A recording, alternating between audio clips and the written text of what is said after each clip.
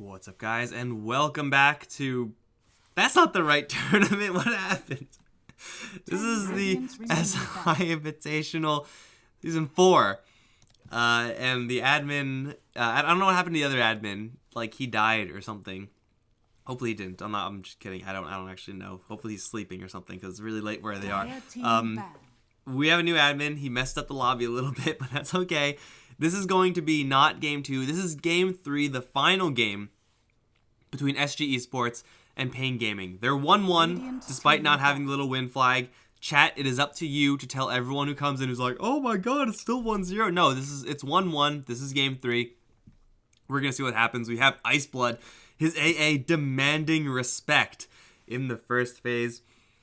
Hopefully this game is going to be a little bit closer because these games have been very one-sided going either way. I'm Mike Lewis, going to be your caster for this third and final game of the night. I think this is like, all the other regions are also done, or most of the other regions are done at least. I don't actually know. I haven't been paying attention to the other regions, not really super closely.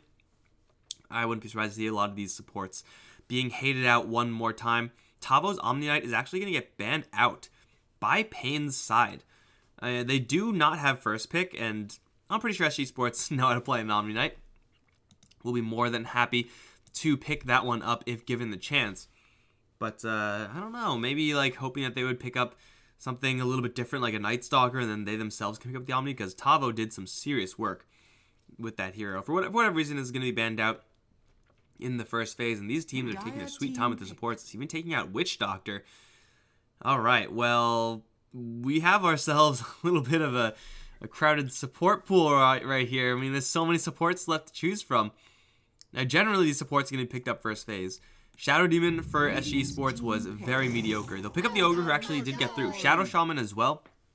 Another hero that is really big that is still available. Wouldn't be surprised to see him right here. That's not Shadow Shaman. Shadow Shaman Ogre is actually insane, especially up against Brewmaster. But paiN Gaming will go for their offlane in the Brewmaster. Get the Clockwork in that 4 position as well. Certainly could be a lot worse here for their end of things. Is going to be 2 melee heroes that are just going to be roughing people up in the early stages, even though getting someone like a Shadow Shaman is really good at dealing with the Brewmaster. Up against these 2 heroes, like, if you're sitting there channeling, you're gonna die. So very dangerous situation to be in for that hero if it is picked up. Would also like to see a Rubik here. I feel like we've been seeing not enough Rubik in these games. I feel like we could just use a little bit more. With the Ogre Magi, the combo isn't like insane or anything like that, but really good answer to a Clockwork, really good spells to steal from the Brewmaster, and of course just being able to point-click disable the Brewmaster. If he blinks in, thinks he can clap split, he's going to be wrong. But SG Sports, not really sure.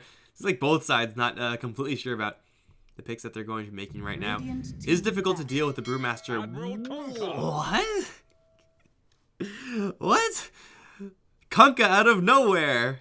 New hero, PogChamp. Sure, there's a Kunkka here. Kunkka, why? Why do you pick up, why? The hero isn't bad. There's nothing wrong with Kunkka. He does enable some pretty sneaky strategies as far as abusing X marks the spot. And, you know, being able to, like, jump back to the fountain and get regeneration. Like, you can do some stuff there, but is he second pick worthy? No. What he does is very... I mean, it's fairly unique, I guess. And he is a very powerful hero, but his power is spread out throughout all those aspects, and he doesn't really do anything, like, fantastically. So it looks like he's going to have to be either farming, which would be sweet to see, or just on that 4 position. You're throwing out Taurians from time to time, like, it's not a bad way to go, but you really do need an Ogre Magi there, as well as that other third hero, that core, if you're going to get those kills. Because Kunkka, aside from that Torrent, he doesn't really have any way of following up that's really substantial until he gets level 6, and of course that's not going to be happening when he's still roaming around. So you throw out a Torrent, land on the Brewmaster, who freaking cares, man? Like, he will just shrug it off. It does seem like if you want to make that work, you need someone along the lines of a Gyrocopter as far as early game is concerned, or a Luna, or a Juggernaut. Like, you really have to work very hard to make 4 position early game Kunkka an actual thing. And that's not really something you want to be doing. Like, you really want to work hard to make a Medusa a thing. you really want to work hard to make sure that you have a late game anti-mage. You don't really want to work hard to make sure that your 4 position has a decent time ganking lanes. Like, that just isn't worth the effort. Coddle, now the pick for the paiN Gaming side. Interesting draft. I did not see this draft coming. After the past game, where it was a little bit weird. Had some odd heroes there, but no, we just have like these crazy ass heroes out of nowhere. Now Coddle isn't like great up against Kunkka. I mean, up against all these melee heroes, it's certainly not going to be bad. SG Sports now with the Night Stalker for, I would assume, that off lane. Definitely a good hero to have versus that Coddle. You could turn off Coddle's Ag Vision by using the Night Darkness. It's kind of cool. But for the most part, SG Sports are just looking to run at the enemies. I mean, killing off Coddle is very easy. Killing off everyone else is going to be a lot more difficult. As far as playstyle is concerned, Keeper of the Light and Ancient Apparition do have a very similar type of style. So I would assume this hero is going to be played by Iceblood, and he just teared it up in the last game. So I assume he's going to have a similar performance here in this third and final game. Not really many great heroes to funnel mana into, though. Like, you don't really want to be funneling mana into Brewmaster. That's just not strong. Up against very specific matchups, it might be. Like a Terrorblade where you could just like double clap him, and that might be decent. But other than that, Coddle, like, he's not really counter pushing anything here. SG Sports, these heroes are not pushers, so there's that. I don't know, it doesn't seem like this Coddle really fits any role here. paiN Gaming would really like to get some pushing power of their own. Some way of making sure that once Coddle does get Ags, they're able to push in. Also would really like a hero to combo up with that mana, the Chakra Magic. Luna would probably be one of the better ones, but the problem with Luna here is that she's up against like all these super tanky heroes that can just run at her and make sure she doesn't get any free space. It's going to be Mirana instead. That's not bad. Not quite Luna level of power. Makes up for it with a little more mobility. But like the Mirana's like pretty good with what paiN have. It's kind of bad up against what SG Esports have, though.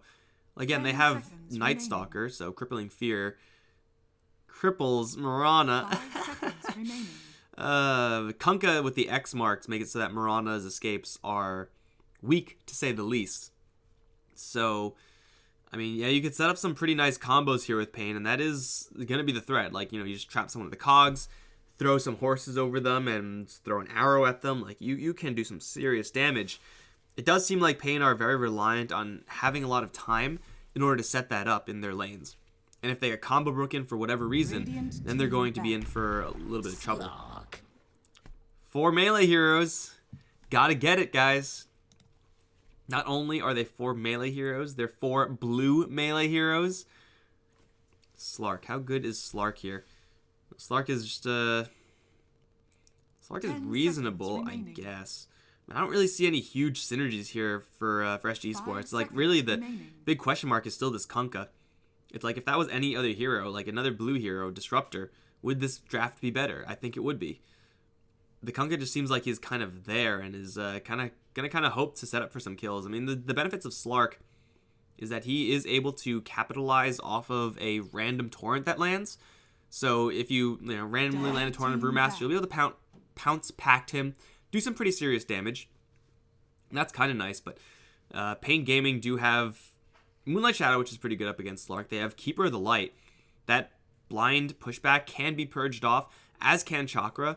Not Chakra, Magic, Mana Leak.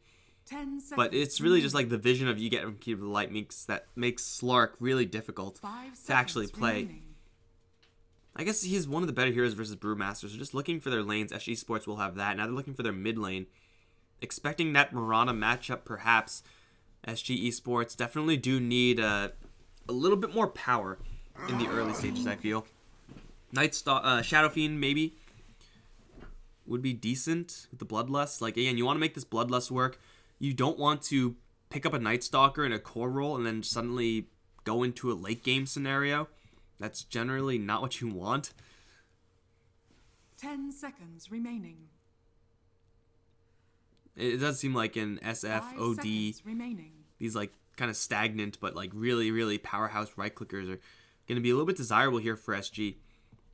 This Coddle and Clockwork don't really gank all that well. They could also go for a hero with a little bit more mobility, try to get around that weakness from paiN Gaming. Those heroes are kind of pared down at this point. Alternatively, Death Prophet is not terrible here. These giant point-click silences from SG Esports and the Night Stalker and DP. The fact that DP can immediately siphon and start killing enemies or just run back a Storm Spirit. Got a Storm Spirit pick, which is, I mean, all credit to SG Esports.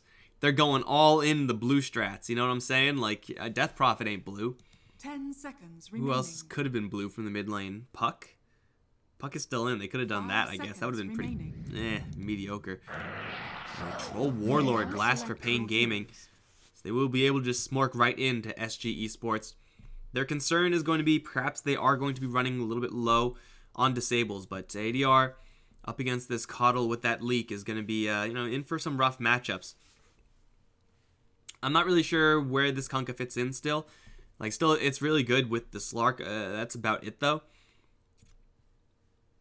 I'm not really sure if you can pressure a Troll Warlord.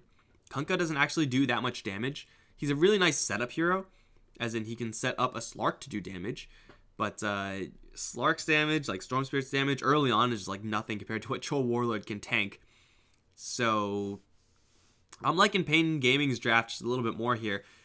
They have a little bit of flavor with the Troll Warlord and the Keeper of the Light, and admittedly the Keeper doesn't really have any sick, early game Chakra Magic combos or anything like that.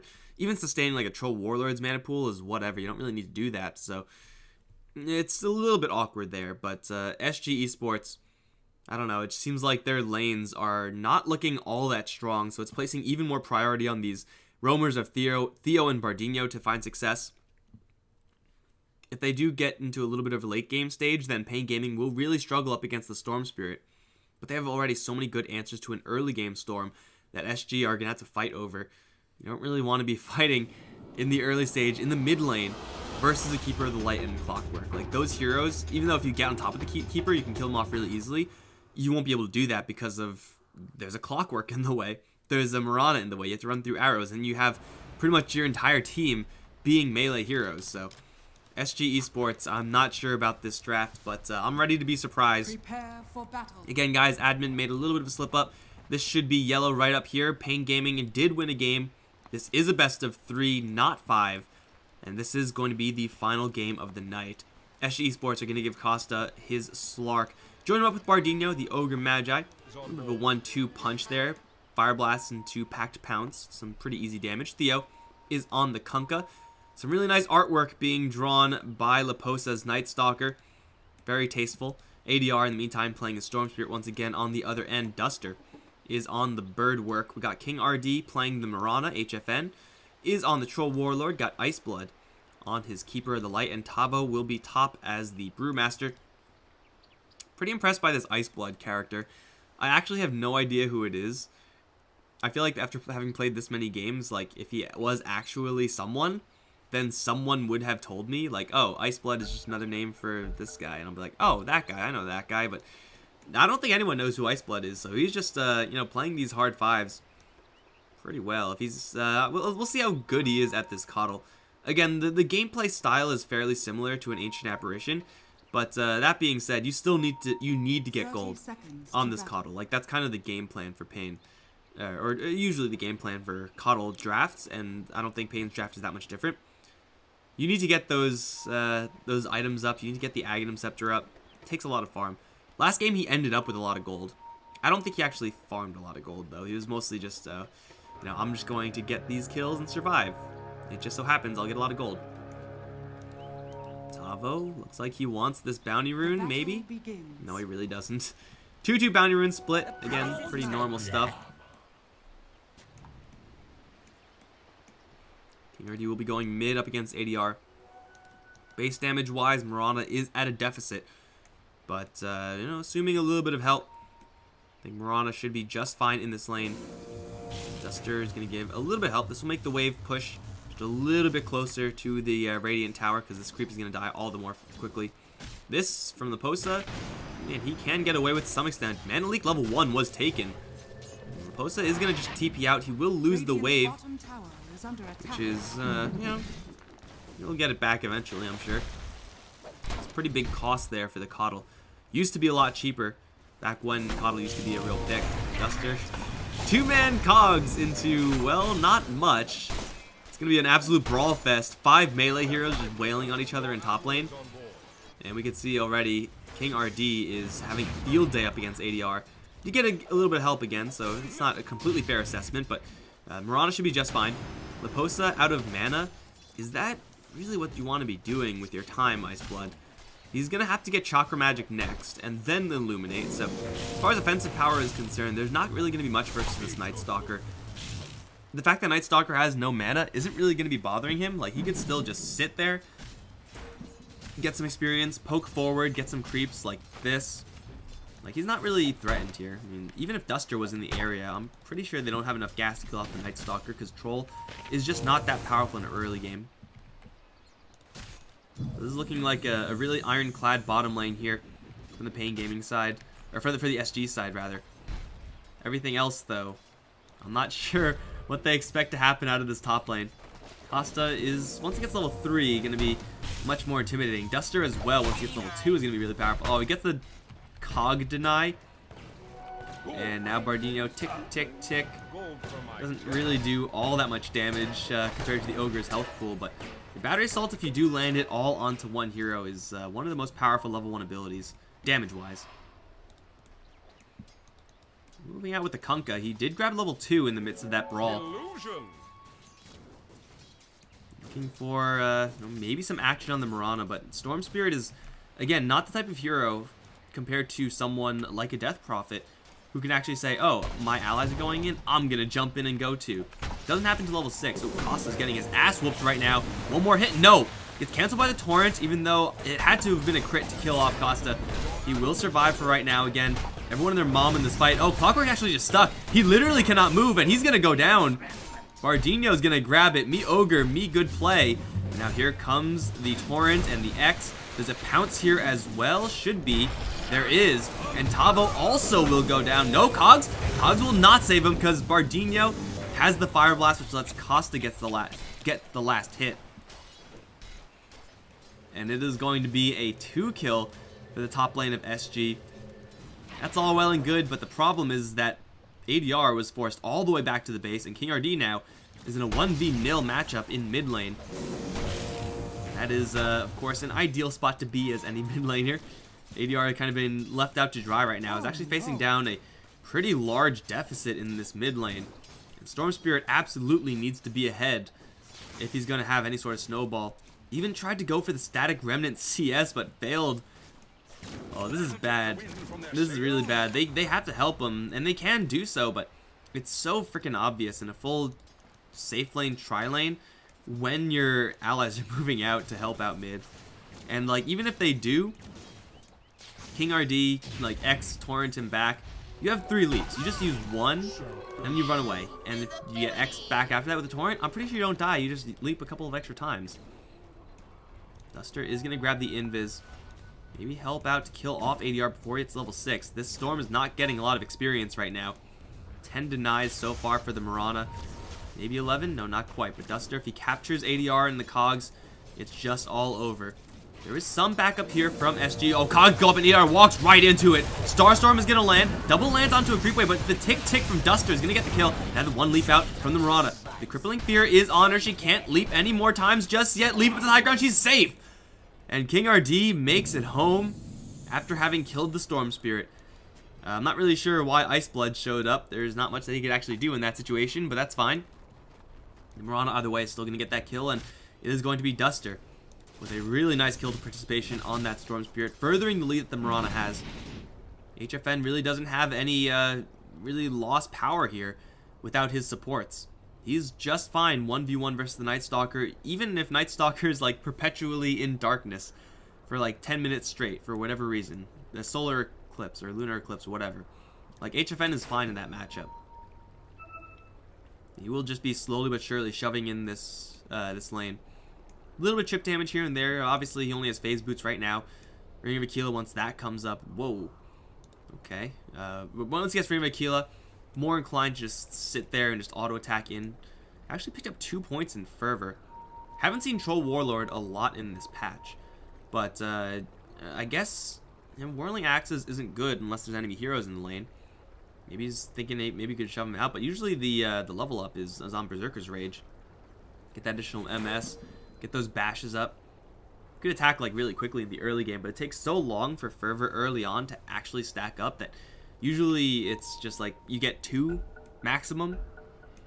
It's not really that strong in most cases. If you're going for just tower pushes, you kind of want Fervor because that's where the attack speed is going to stack up the highest.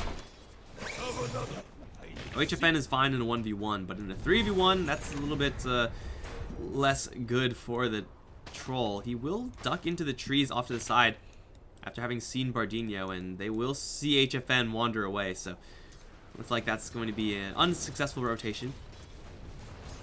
SG on the victim's side, perhaps, of another rotation from paiN.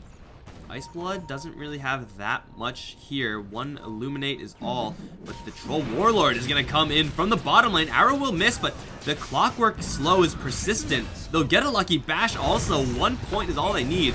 But now Duster's in a little bit of trouble, actually. Manually goes up to the Ogre Magi, will slow him down. They do take down the Radiant Courier, and now the Moonlight Shadow goes up. Duster just tries to slip down to the south. You should probably try to hide, because the vision of the Dire is based on movement. TP out, Duster is gonna live.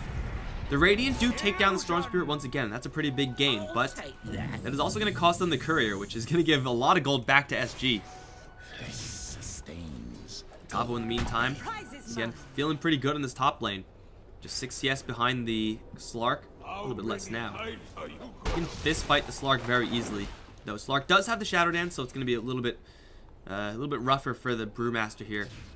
His level 6 is going to be coming up pretty soon as well. Honestly, things looking pretty good for paiN.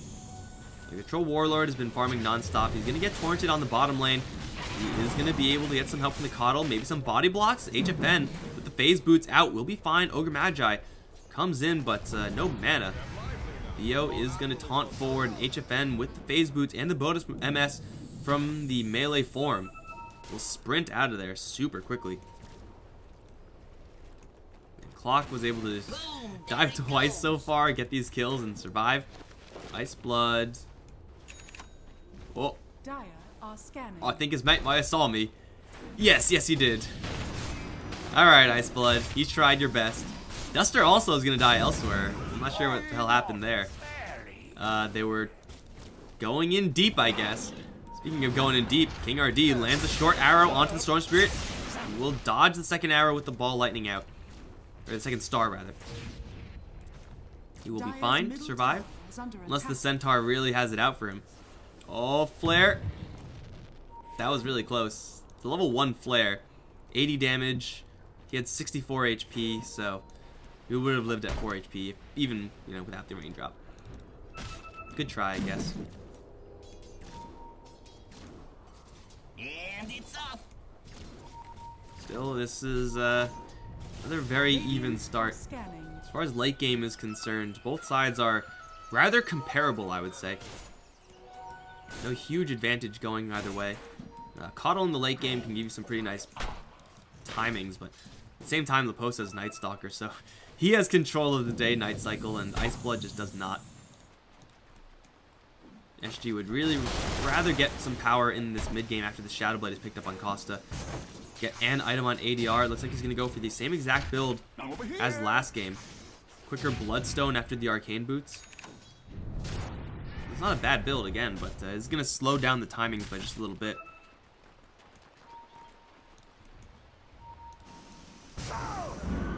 Iceblood's farm is going towards a Rod of Atos. Interesting, interesting. Opting to go for any item over an Ag's Rush or, like, you know, just a Force Staff is reasonable, but Atos. Gonna get some nice value in this game for sure if he can get it. But, yeah, just an uncharacteristic farming item for the Keeper of the Light. Or item to farm for, rather. Because, I mean, this early game phase on Coddle is very important to get your Ags. Because once you get that, the gold kind of just keeps on flowing. Just all the Illuminates in the world, but opting instead to go for a little more of a killing item.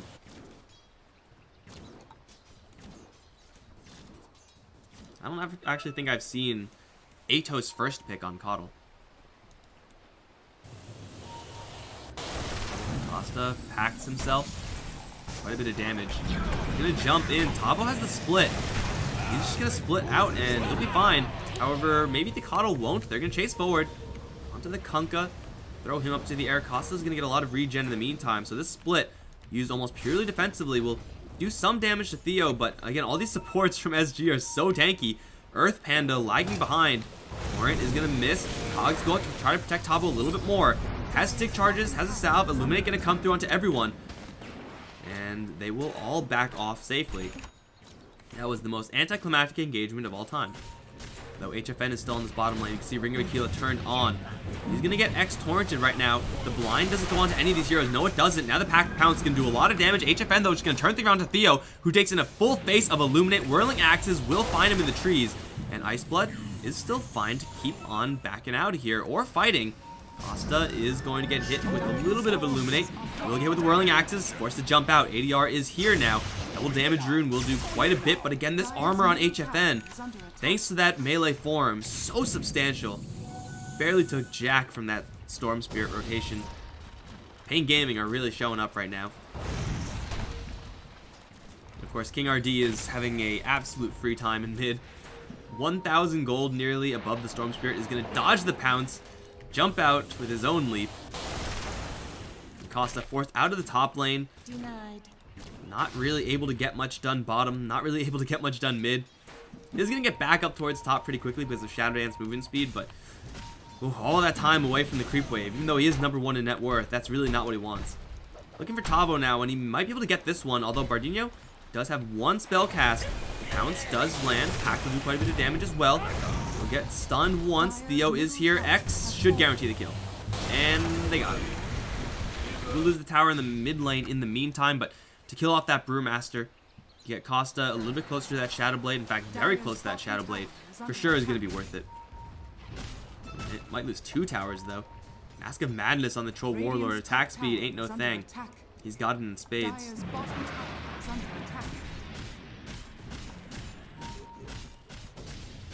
If they're actually able to focus him down, stun him with, one of their 10 million stuns, then this Mask of Madness on the Troll Warlord is very easy to backfire with. Unlike a hero like Medusa, Mask of Madness on Troll, though it does help him farm, is very much so a fighting item. Because he doesn't have that kind of farm amplification of any sort of cleave or split shot.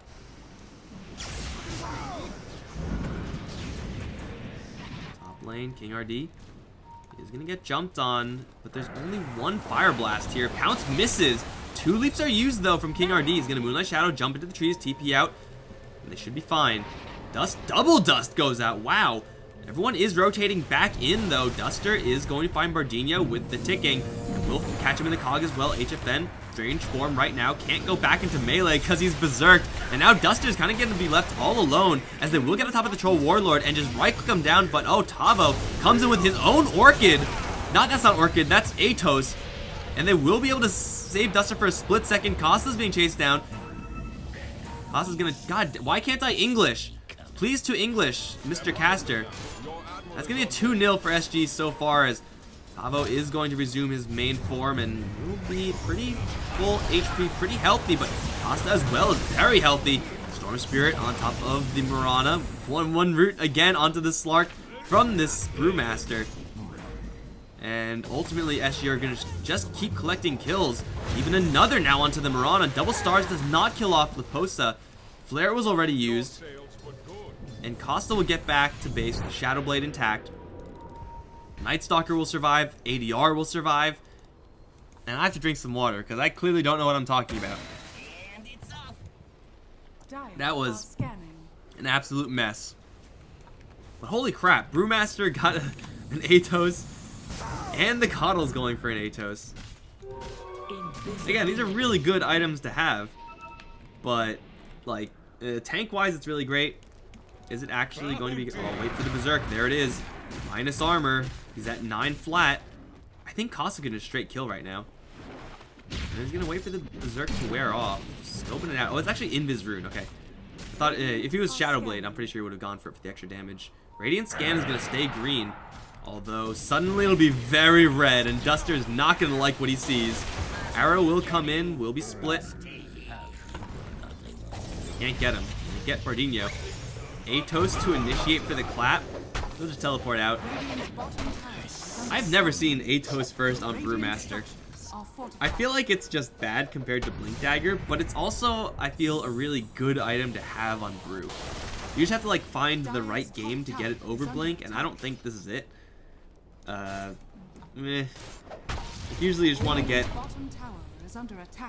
your Blink Dagger, get your upgraded boots, and then just kind of aura out your Brewmaster. We'll see what he can actually do with this item. Uses it a handful of times so far. I mean, just rooting down someone is great and all, but if you can't actually focus them down after, they're just gonna sit there, and then once they're released from that root, they're on their way, man. Can't really stop them. paiN and Laposa looking for maybe a little bit of wraparound on the King RD here. Mirana did go down once so far in this game. Is gonna go for the magic-based power farming build. Gonna rely on the Troll Warlord here to do all the right-click damage. I don't hate that, really. I mean, the double Star Storm gives you so much extra farm. You play the map control game from there on out. And even though you're getting Ags and... oh, shoot, that's a lot. Yule Scepter. Mostly to counter the X, but... you're just gonna Yule's up, and on the bottom side, Troll Warlord jumps in on ADR. Is gonna have a lot of mana to work with here, and they have enough True Sight to get the kill through the Moonlight Shadow. Can they escape, though? King RD leaps forward, has an arrow. Laposa is gonna get rooted. The value is really not that much. They have to hookshot him afterwards, and they'll arrow and get the kill. This is in the meantime leaving Costa to farm this top lane. For a split, that was a good turnaround, I guess, the best paiN could have hoped for. But trading Night Stalker for Troll is fine for SG. They also pull out the split and the Moonlight Shadow, and have the Slark farm the entire time.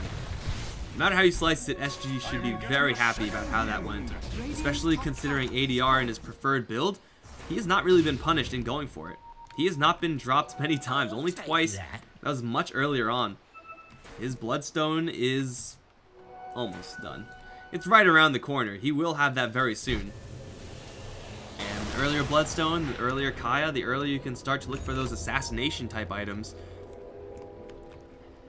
You're gonna smoke up now. Slark with the Shadow Blade is going to lose it up against Duster. Cog bump back is there. HFN thinking about going for the fight. That was okay.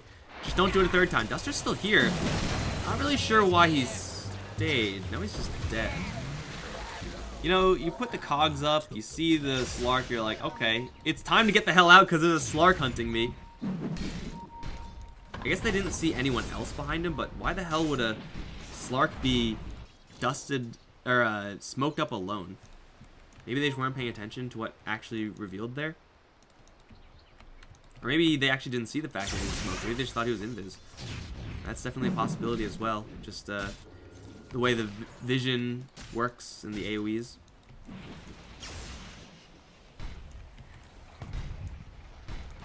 Bottom side, Yule Scepter onto Laposa. We'll just beat the hell out of him. The battle trance from the Troll Warlord, that'll do. RD is gonna leap out from the torrent.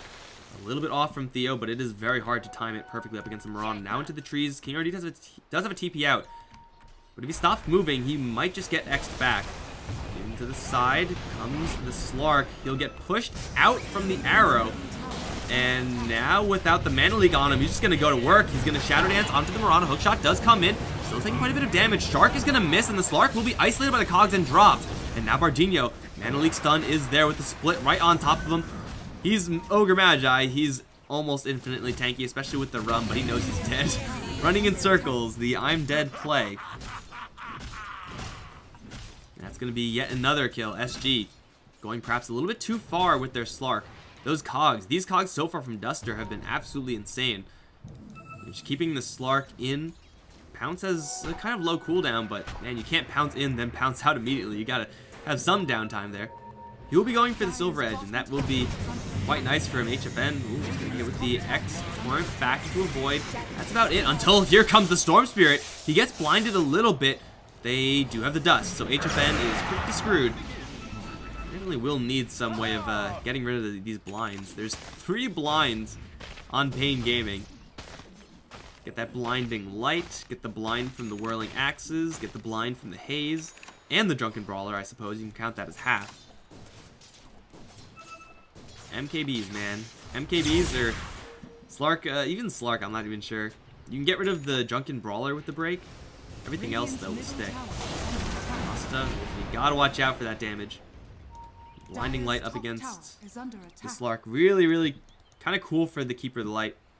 It's not the easiest thing to land and actually have stick, but it is a giant AoE ability that you don't need vision to cast. So if the Slark is shadow dancing, you can just drop the blinding light right in the middle and kind of be okay with the fact that, hey, you know, he'll probably pack it off. It won't last that long, but I displaced him for where he wants to be. I might have kept an ally safe, and maybe I can run away too and pick up my Rod of Atos. Definitely difficult for a Slark to get onto and stay on top of his targets. I mean, not to mention all the Atos is running around. The Moonlight Shadow, Mirana has the Yule Scepter and is now going to be going for the Ags. Storm Spirit does have a little bit more leeway.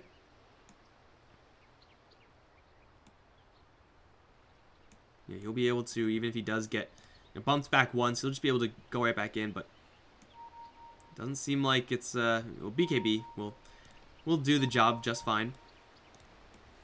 Once he gets that, doesn't have to worry about the Rod of Atos rooting him down.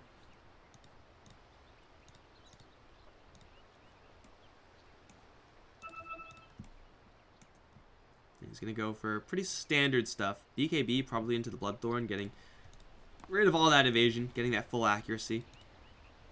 Kind of nice. What is Night Stalker going for? Night Stalker doesn't have much. It doesn't seem like he really can do much more than this, unless this is his. This is his. Spirit Vessel is almost there. Does seem like the Brewmaster is having a much easier time in this game, though. Split is just naturally going to be better in the amount of large-scale team fights we've had. And honestly, Rod of Atos, not doing nothing. I mean, I'm pretty sure it still would have been better to just straight go for the Blink Dagger first. So the sequencing may have been a little bit off. But at this point, like 20 minutes in, just he's a hero with Blink Dagger and Atos. You can make sure the Storm Spirit and Slark really struggle in this game. Make sure the Night Stalker doesn't run up cliff sides or anything like that. So it's actually not a bad item to have right now. You can still go for your normal Brewmaster stuff afterwards, just get all the auras, and then kind of play or itemize as a normal Brewmaster afterwards.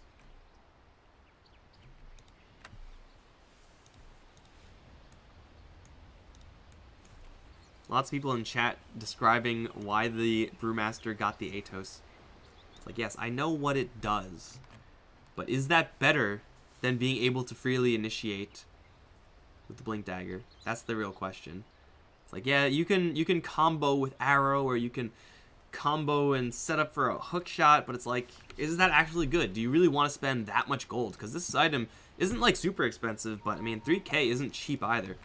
Really got to make sure that your first item, especially on a hero like Brewmaster, who's very, very early game focused, got to make sure you're not throwing that early game gold away. Because if you do that, like, yeah, you'll still have the splits in the fights, but you may struggle afterwards if you don't itemize properly. I can get behind one. I get behind like this.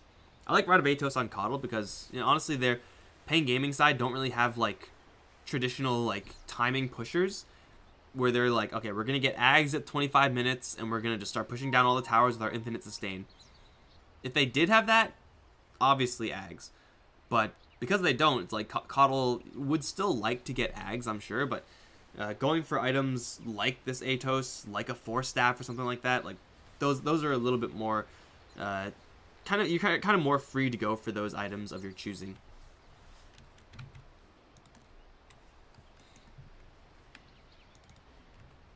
What else we got? Ogre with a buckler. Let's actually look at just everyone. Nord, how close are you? You're about halfway to your Aghanim Scepter. Not bad. Mask of Madness and Battle Fury. Okay. Troll Warlord. Going for some power farming. What else we have? Not much. Just the Kaya up on the Storm Spirit, or being built on the Storm Spirit. Battle Fairy and the Mask of Madness is quite a bit of farm. I wonder what this this is a BKB on the Troll Warlord. S and Y on Troll isn't bad. Where did the item go? What the hell? Can I not? I can't even click on that. What the hell? Can't you? I don't know. I guess I can't click on it. But yeah, he is able to farm quite a bit. I mean, there's that component of the Troll Warlord. I feel like another component is the fact that he's going up against, like, a whole bunch of melee heroes. And the only hero that isn't melee has, like, the shortest range of any ranged hero. So, I mean, not only does it help him farm, but just keeping it around in those fights means that he's going to be cleaving at least a little bit of damage onto some of these SG heroes. And yeah, you could definitely get some serious value there. It's probably a little bit less likely to happen in that sense, because of the blinding light typically tends to separate the opposition. But I don't mind that too much here from the Troll. Would really like Leposa to come back into this game, though. That would be great if we could just go ahead and do that. Yeah. Can we get back into this game now? Please. The 4 staff on Kunkka. This is Clockwork. Clockwork actually has the least net worth. I feel like Clockwork deserves some more net worth. Like, he's been doing pretty decently. His cogs have been kind of nice. It's not that hard to use cogs well in this game, again, because of all these low-range heroes, but, I mean, come on, dude. 2k net worth 20 minutes in? I feel like Clockwork deserves more than that. I mean, granted, it is very difficult to hookshot and kill heroes. Like, if you're going up against Storm and Slark, you hookshot into them, you need a lot of allies there to get the kill. Even Night Stalker can sometimes just fly right away from you, so like those three are kind of off the table by yourself. Kunkka and Ogre are killable, but it just takes ages, even with the power level of battery assaults. Like, you're just sitting there forever, and the Ogre is just like, is this supposed to hurt? Because it really doesn't hurt that much. Why do they pause? Said the viewer in the South America qualifier game. This is life, guys. This is life in SA.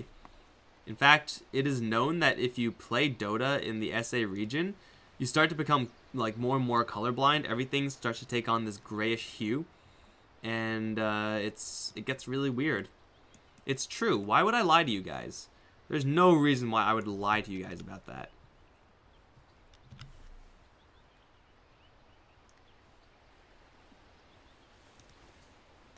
Well, guys, remember this is the last game. It is 1-1, not 1-0. Honestly, still, this game is looking pretty even.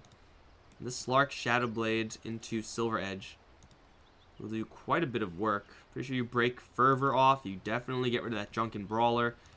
Not much else there that'll really be broken off, but just being able to crash in that hard as a Slark. Can I actually look at... Yeah, there you go. There's Silver Edge. Get that bonus damage.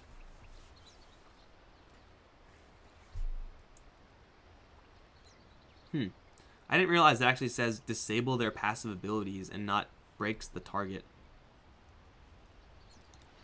Is break like actually... Break is in the nomenclature, right? Like that's an official term. It's what you see on like on top of someone's head. If they're broken, you will see break. So yeah, it's kind of weird that it just doesn't say breaks the target. I guess that doesn't really, that's not really like you can know what break means, but disabling their passive because it is break, like I guess that's just easier to explain or easier to read if you're one of the newer players, because if you just read it breaks the target, you're like, what the hell does that mean? Better go to the Dota 2 wiki and find out what break means. Yeah, I guess that makes sense. You don't want to have too many like keywords necessarily. Like silence is pretty common in the game. Maybe not this game. Well, kind of. But you don't have like is unable to cast spells. Like, okay, well, thank you, game, for describing silence. And silence is also like a pretty standardized term. Like, I'm pretty sure, well, obviously in Warcraft 3, like, silence from the Dark Ranger. I think Dark Ranger had silence, so it's like, that's just silence. And then I'm pretty sure in, like, every other game, like League of Legends, Heroes of New Earth, Smite, whatever. Is Battle Right a game? I seem to recall there being a game called Battle Right. I don't actually know if that's a game or not. I don't know, but I'm pretty sure, like, in any of those games, like, you can just say, oh, I got silenced and killed. And then people are like, oh, man, that's rough, dude. That sucks.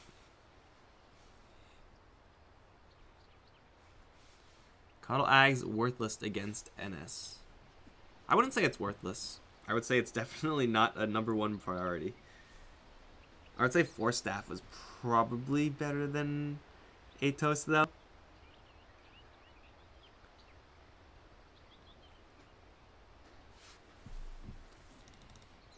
Well, this is fun. Maybe you Clockwork can get an item sometime in this game. Dude, it's 8 o'clock. I'm really hungry. Please unpause. Play the game so I can get some food. OP.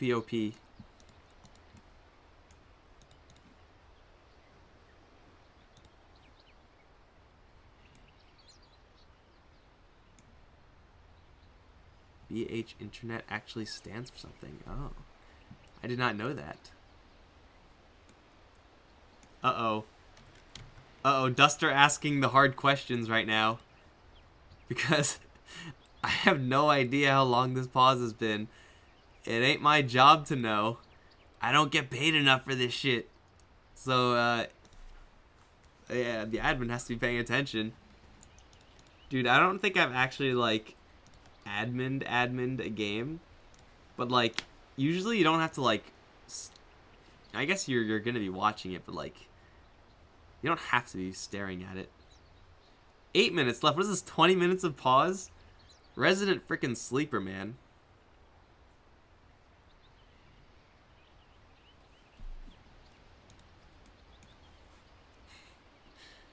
Such bad picks, Troll and Coddle. I don't think they're bad. I think the Coddle, I mean, he picked up Coddle without knowing there's a storm on the other end. Coddle, I think, definitely could have been better. I feel like this Kunkka, he's gotten some serious value, but again, I'm pretty sure Disruptor would have been just as good, if not better. I do think Disruptor is underplayed. Like, he has a little bit of a weaker early stage, which is, like, a little bit unfortunate for the hero, but, like, try to just make slow lanes, or, you know, try and mitigate the enemy's fast lanes or whatever through whatever means. And Glimpse into Static Storm, man, that's just so freaking good.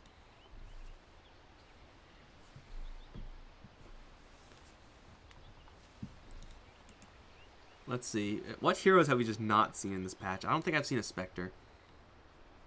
I mean, Meepo is whatever. Meepo doesn't count. Has anyone played a Treant Protector? You guys remember that hero? He's still in the game, isn't he? Did they remove him from Captain's Mode? Maybe that's why we didn't see him. Change logs. We are in no way affiliated with the Dota 2 wiki. He's still in Captain's Mode, yeah. We just don't see him. I mean, I guess it's pretty trash can versus in a mid lane scenario. Like, nowadays you need your hero to be able to wander around, but also mostly stick around mid. And that's not Treant Protector. Like, mid is the only lane where he can't go. I haven't seen any Treant Protector. A couple of Phoenixes. I don't know, Phoenix is always a weird hero to me. It's like, you pick him as a support for a late game scenario, so it's like you're definitely taking a hit there. I think I've seen 0 Alchemists as well.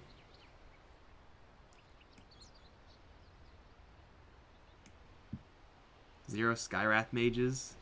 Feels bad, man. Dude, the first time I played Skywrath, I was mid against a Quap. I dumpstered her, and it was great. And then I tried it again, and then I was up against an opponent who was good, and knew that I was really soft. And it was my second game as Skywrath, so I just got thrashed. It was terrible. Since then, my Skywrath games have been a lot of me getting kills, and then a lot of me dying afterwards. Sometimes that's just how it goes. You just gotta suicide into them as Scarith Mage. Silence versus mute. Yeah, mute is also a word that's very Dota. Like, what the hell does mute do? I wonder if Doom says it mutes. No, it just says they're prevented from casting spells or using items. Like if you, it does mute them, but doesn't say it mutes them. It just describes what mute does. Break and mute, man. I guess you could also look at this. Oh, dispels a target and mutes them. What does that mean? I was gonna get nullifier, but then I'm like, what does mutes mean? Is that the same as silence? Because if you mute your TV, you silence your TV. I'm so confused. I'm a new player. I need help. Do you mean to say dispels the targets and prevents them from using items for 5 seconds?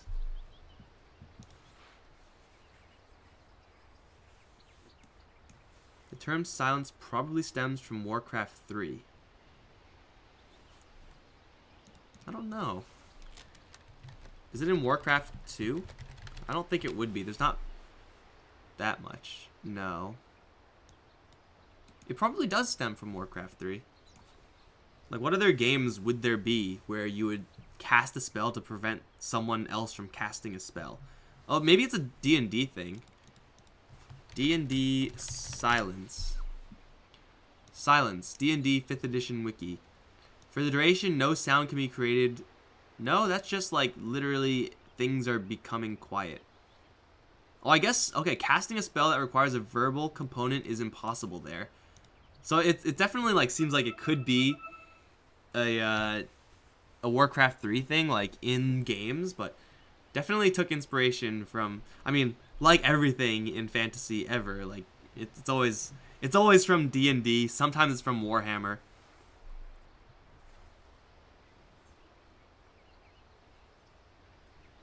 Yeah, but that silence is like actually just, you cannot make noise in this area. Maybe I should schedule my lunch better. Dude, I eat lunch at a normal time, and then I'm like, you know, 5 p.m. game start. On average, I'll be eating at 8. I mean, that's like a little bit later, but it's not like super unreasonable. 8:20 right now.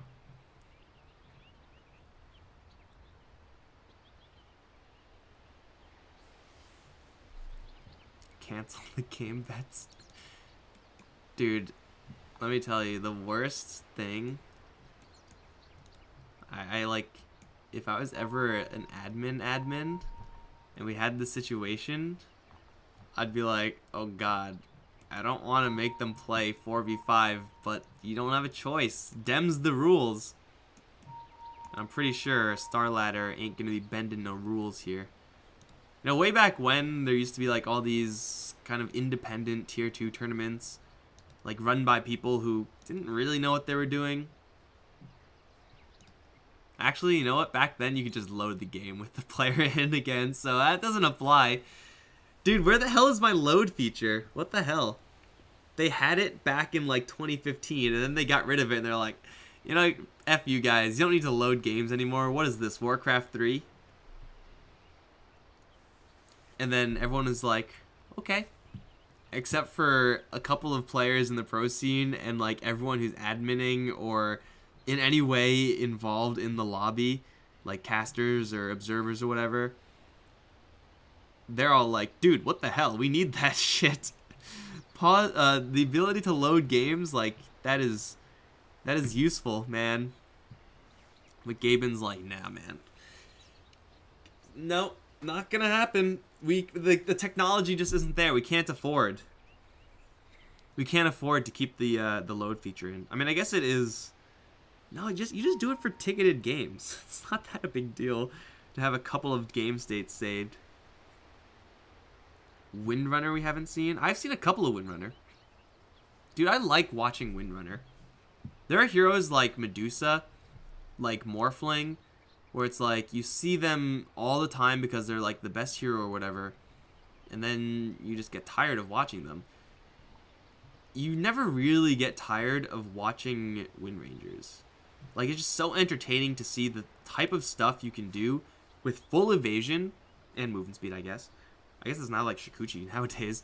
But you get that, and you get the ability to Shackle Shot, which is like the coolest spell in the game. Ember Spirit not playing anymore? Dude, no one cares about Ember Spirit. F Ember Spirit. He's had his time in the sun. We're done. We are done with Ember Spirit, hopefully for good. Like, first he had, like, years where he's getting crit cleave, and then he's like, oh, well, with this talent system, I can go for this magical burst route and then insta-kill people. Dude, I'm done with Ember Spirit. I'm also kind of done with Gyrocopter. Screw Gyrocopter. Like, the hero's good and whatever, but I just don't want to see him anymore. Not anymore.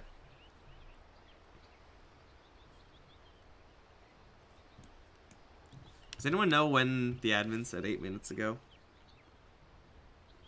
I don't know when that happened.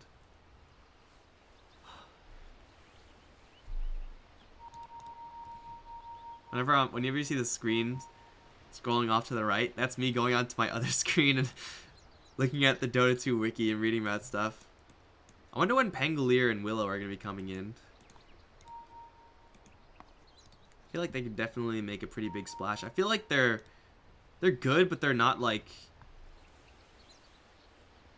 What hero was like insanely broken on release? Monkey King was insanely broken on release. Like, he was so ridiculously powerful, like, it was stupid unfair.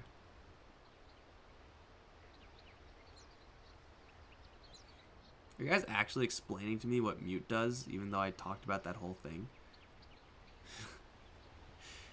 I guess, like, I mean, I'm working with, like, a 5-minute delay right now, which kind of sucks for talking with chat. But, yeah, I do know how these things work. Oh, here we go. 10 pound, 10 LB. Silence has been a status effect since the original D&D. Called it. Called it so easily.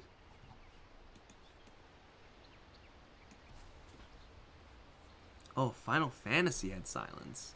I've actually never finished a Final Fantasy game. Caster never played Warcraft 3. Dude, get the hell out of here. I've played so much Warcraft 3. I called Dark Ranger, had the silence ability, called silence. Just a small, it's like Death Prophet silence. I think it's the same exact thing. Different numbers, obviously, but that's actually what you do. You get Dark Arrow, you get silence, cancel any spell casting, especially if you're going up against undead versus humans, because they're probably going to have a shit ton of casters. You just silence them. That's all you do. And then you have your Lich, your intelligence hero, do all the damage. Caster, what's your opinion on Smash Dota? I have no opinion on Smash. He's a good player, but, I mean, shit, man. If you mess up that bad, yeah, you deserve what you get. Sucks to be him, but, you know what? That's fine. I mean, maybe at a certain point, let him back in or whatever. He served his sentence, right? You don't throw people in jail for life unless they do some really bad shit. And, like, match fixing isn't good or anything like that, but it's not like he killed a guy. I wonder if Valve, if there was, like, a pro player, like this up-and-coming guy out of nowhere, who was, like, you know, the best player in the world, but it turned out that he was in jail for like 10 years of his life for committing murder on like several people. Like, obviously the chat is like not gonna is gonna let him have it every single time. I wonder if like Valve will do anything, or I mean, I guess sponsors will definitely be like, no, we're not touching that shit.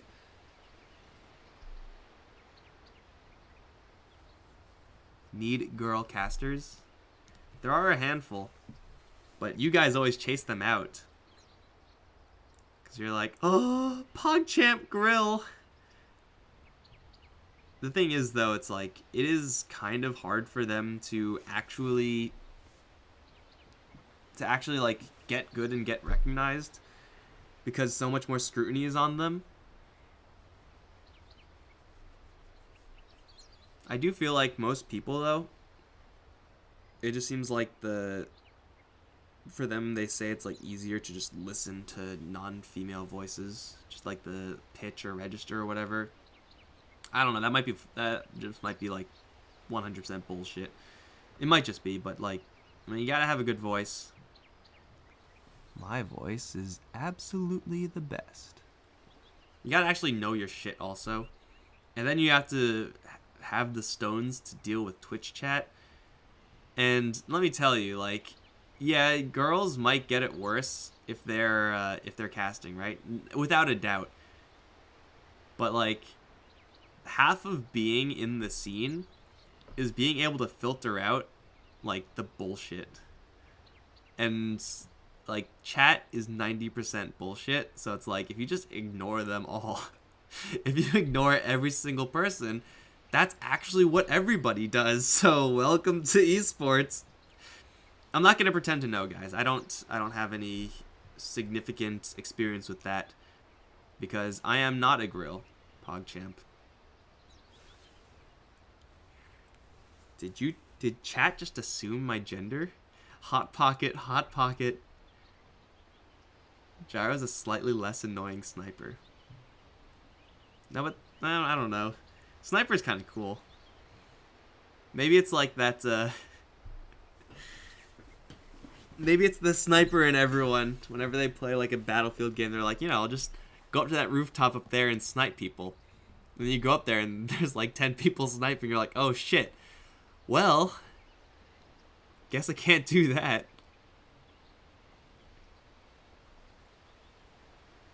Safe lane Alk is the future? The future of what? Safe lane Alk was... Dude, I want to see 4-position Alk. Just get an Alk that was just like, F all of this farming business. I'm not doing that. I'm going to get Unstable Concoction, and I'm just going to wander around and kill things with Unstable Concoction. And it would be glorious. That used to be what Alchemist did. Like, that used to be his job. Just as a roamer, he would just throw potions at people and stun them. Also, before, way back when Alchemist used to, back when his ultimate used to give him health and stuff, like when he was first released, Unstable Concoction used to be a channeling spell.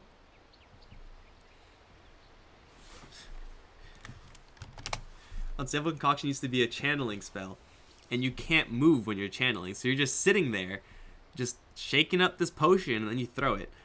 And whenever you start channeling the Unstable Concoction, like, the enemy team gets vision of you.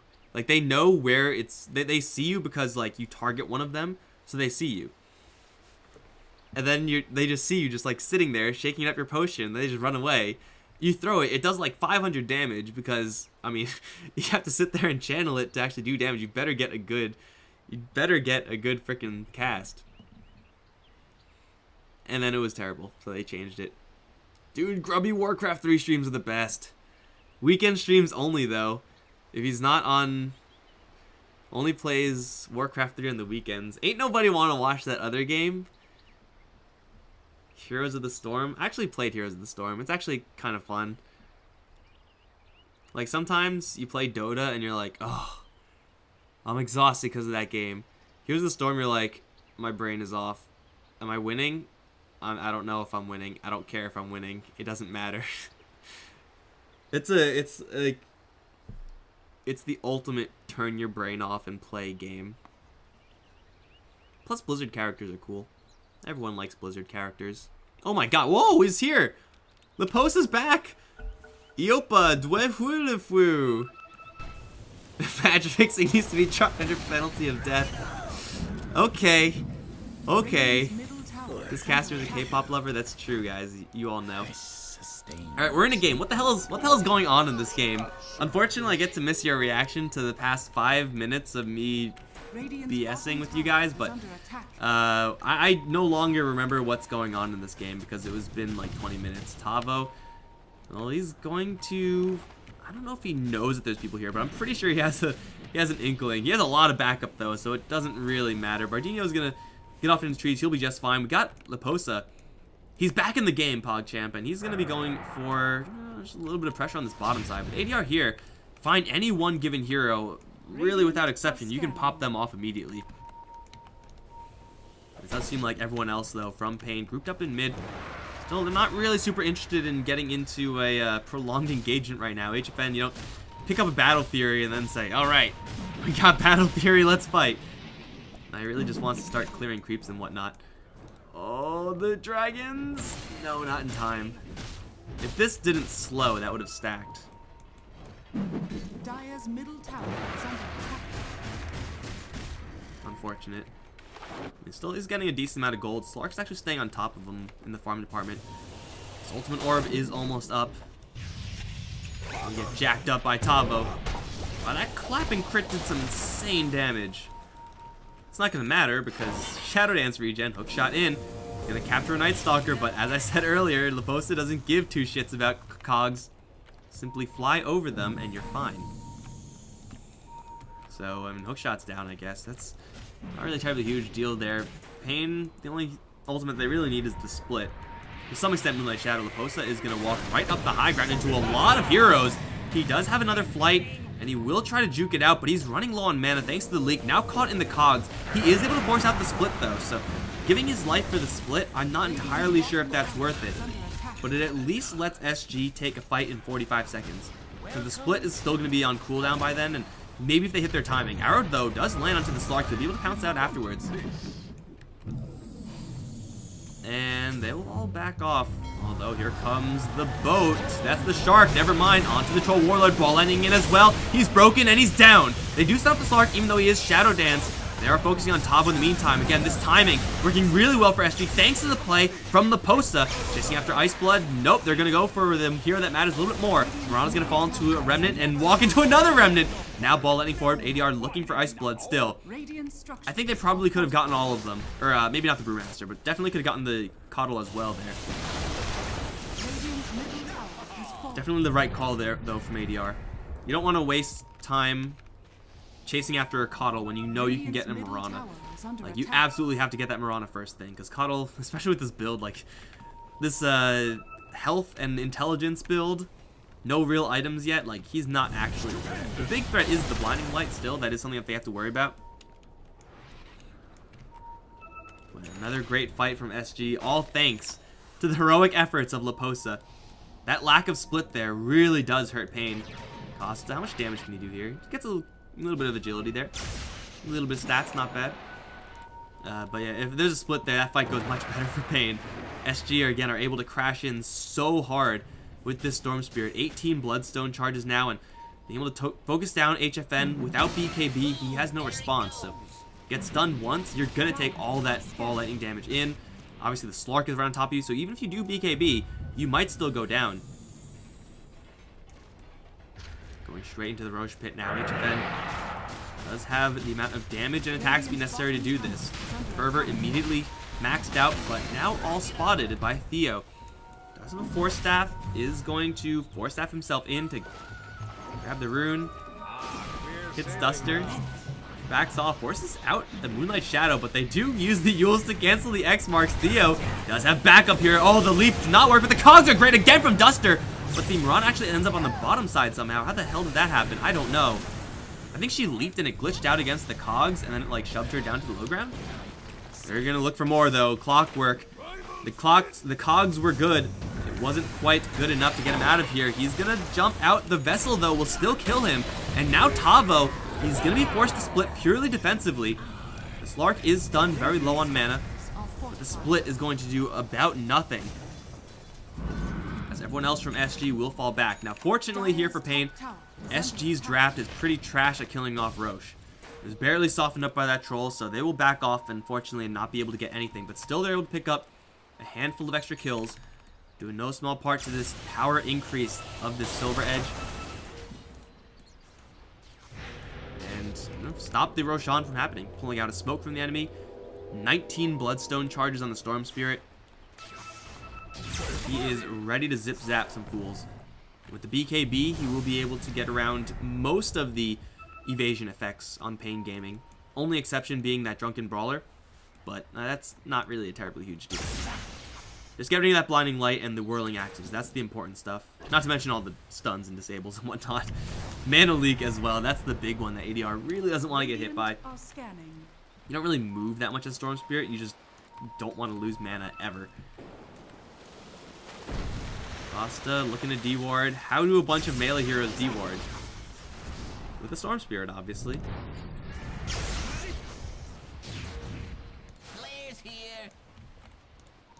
Costa still with that gem, slowly pushing out this top lane. I'm not really sure if that's really what they want to be doing. SG are definitely not the direct approach draft. That's a little bit more pain. They will walk right into you with the Troll Warlord and take down your structures, take down Roche. But for SG Gaming, they want to separate, divide and conquer. Pick off random heroes. Slark can pick off most heroes actually by himself. Troll Warlord with the BKB won't be killable. Mirana with the Yules might not be killable.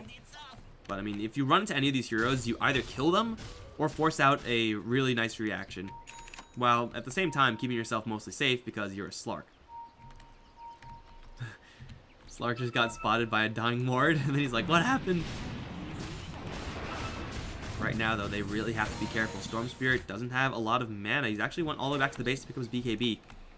Theo, I think, was spotted by the flare. Yes, definitely was. Now thrown up into the air, down into an arrow. No, he dodges the arrow and the hook shot. Tries to TP out. No way, no way. Theo with the escapes. Hook shot was just short. And the arrow was just off versus that Force Staff. Okay, you know, raise your pog champs. Theo deserves it, man. That was sick. And for paiN Gaming, that's bad they don't get the kill. For sure they would like it. Again, though, they only really need this split to fight. So using a hook shot there, whatever, it doesn't really matter. It is going to be darkness created by the Night Stalker. So vision here from paiN, very minimal. In the meantime, Obs from the Dire do see about everything.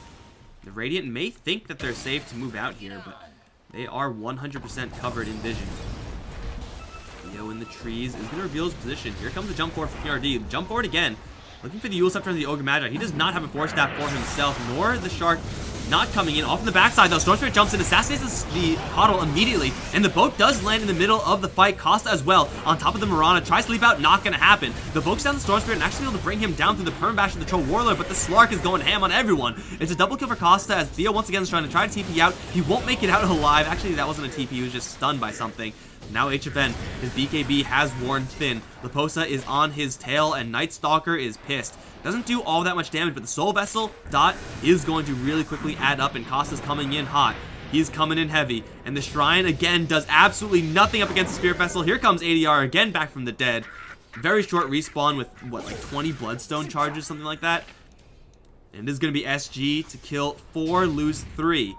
Even gold exchange, surprisingly enough.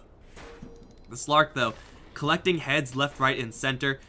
That is a little bit unfortunate for ADR to get caught in that perma-stun. But still, paiN Gaming trying desperately to start fights. At SG Sports are having absolutely none of. Soul Vessel onto Tavo. Void is going to cancel a TP. And now Tavo is in a lot of trouble. Now, Leposa doesn't do that much damage, but he will be able to chase absolutely forever. Like Atos, that's not going to do it. Vessel once again canceling the blink. Arrow will be sidestepped. Here comes Bardino. A little bit of damage assistance with that Bloodlust. And oh, they also found Duster with Costa, who's also just going to loop around, kill Tavo. paiN Gaming are absolutely falling apart right now, and SG are stepping up the pressure, something huge. ADR with a very full mana pool, or pretty full mana pool, is going to start pushing all waves almost simultaneously. If you go out to defend it, you will have a Slark up your ass, and that is not a good place to be. Backing up for Roshan, though, that is the best chance for paiN Gaming to make some sort of play. Not that they're incredible at fighting into the Roche pit, they're kind of mediocre there, but this Slark, he does have quite a few Essence Shift stacks. Roshan, with the Solar Crest, is actually dying reasonably quickly, a lot faster than I thought, honestly. This is only the first Roche. We'll give ADR, most likely, a double life. For paiN Gaming, they are nowhere to be found. It's a double life Storm Spirit, level 22. So that's a Static Remnants BS Ball Lightning talent. That's almost up. And then things get even worse for the paiN Gaming side. What are their level looking like? They have 19, almost 20 on the Troll Warlord. I mean, that's fine, but... Oh, Night Stalker with his nighttime vision sees everything is going to avoid HFN. Maybe try to just scare out a BKB charge or some sort of response. King RD, though, leaps forward once. Only has one more.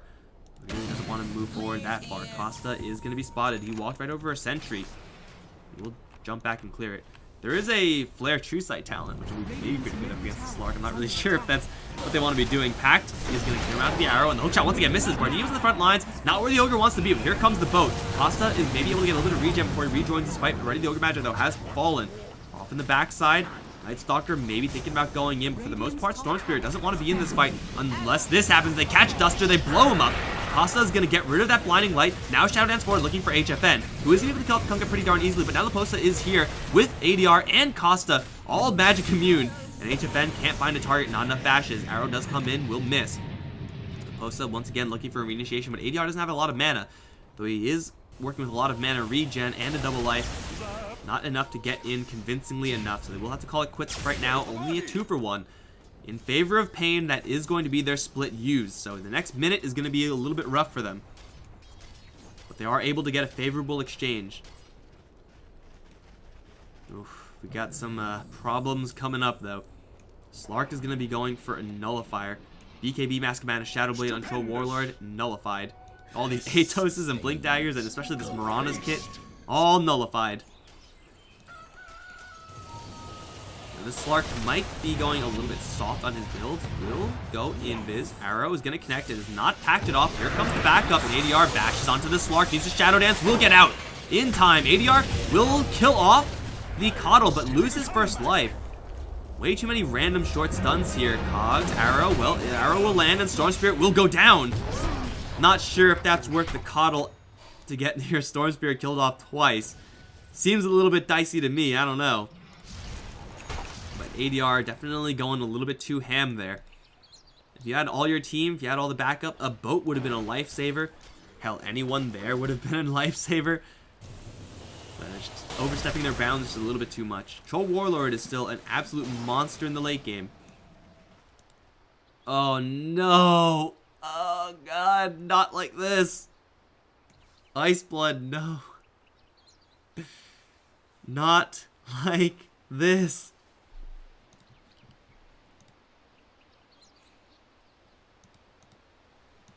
Okay, we're good. Okay, so the split is now going to be up. So they were able to take that fight versus the Slark versus that Storm Spirit without split, which is a big deal. Now, Storm Spirit has enough Bloodstone charges. He'll be up very soon. So Kaya is backpacked for the moment right now. There we go. Kaya's back. That Bloodthorn. Big items to have. So much extra damage. Like, you'll be able to shred through a Mirana. Actually, no, he can't really. She has Ghost Scepter. Costa is going to push forward. Does have a gem, so he has full vision here. There is no dust, no sentries. Costa's going to jump in onto the Clockwork. Cogs are going to isolate the Clockwork. Not exactly ideal. And the ball landing straight through will kill him off. Arrow does connect onto the Night Stalker, but nothing's on ADR or Costa, who will team up to kill off HFN. And now the split is in the middle of nowhere without backup. Ice Blood is supposed to be the backup, but I don't think he's long for this world. They are going to ball any forward. They don't have any True Sight. They have Dust. They got him. And now the Earth aspect. Where's the Earth aspect? He's on the run to the north. Tries to TP out. Blind Torrent. Oh, it's a little bit off. Or a little bit late. I'm not sure, but it looks like it was off and late. SG Esports getting the Slark to initiate instead of being initiated upon. Again, day or night difference there. The Troll Warlord, man, got dropped incredibly quickly. His BKB was not used. Maybe didn't expect the pullback from the Storm Spirit. Maybe random stun flew in. I didn't see it, but either way. 35 seconds, no buyback. 45 seconds, no brew split. Tavo will get X back. A little bit of chip damage. Actually, a little bit of commitment here. Tavo's BKB forced out. A little bit of ADR's mana pool. They will jump in and blow up Theo. Costa's a lot of damage here as well. But is able to get a lot of agility versus the Mirana. Leap does not work versus Pounce. You tried that already. They will isolate Bardino in the Cogs and kill him up. But Costa, he's not done yet. He wants this tower. With 24 stacks of Essence, he is ready to go. And of course, Storm Spirit, he's kicking pretty hard as well. Slark, hit with the Atos, will do nothing. And he will once again back off. Close to that level 25 talent. Storm is level 25. Does have that silly ball lightning remnant talent now. And Costa maxed out soon enough. Radiant's top I'm actually not sure what's the more common one. I assume it's the Shadow Dance. Essence Shift already lasts. How long does it last? It already lasts for whole 2 minutes, so you don't really need 2 more minutes. It could be really powerful, but an additional second of I'm not going to be targeted, man, that's so good. And I'm going to regen a lot as well. Like, that's, I think, a no-brainer. I don't know. I could be wrong. I haven't seen the most Slarks, nor the Slarks getting level 25.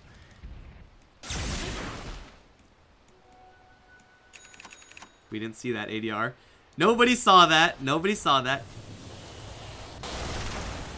His intelligence situation is pretty darn fast. Actually took the 20 damage over the mana regen. It got nerfed from 2, I believe. Doesn't really make a huge difference in the grand scheme of things.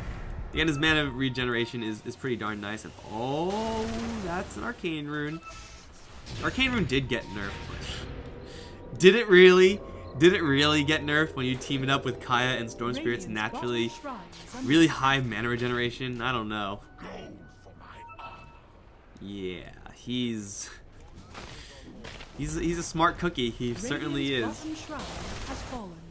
So expect next fight ADR, unless he gets hit with an arrow or a hook shot or a stray bash, he's going to be balling all over the place. Quite literally balling all over the place.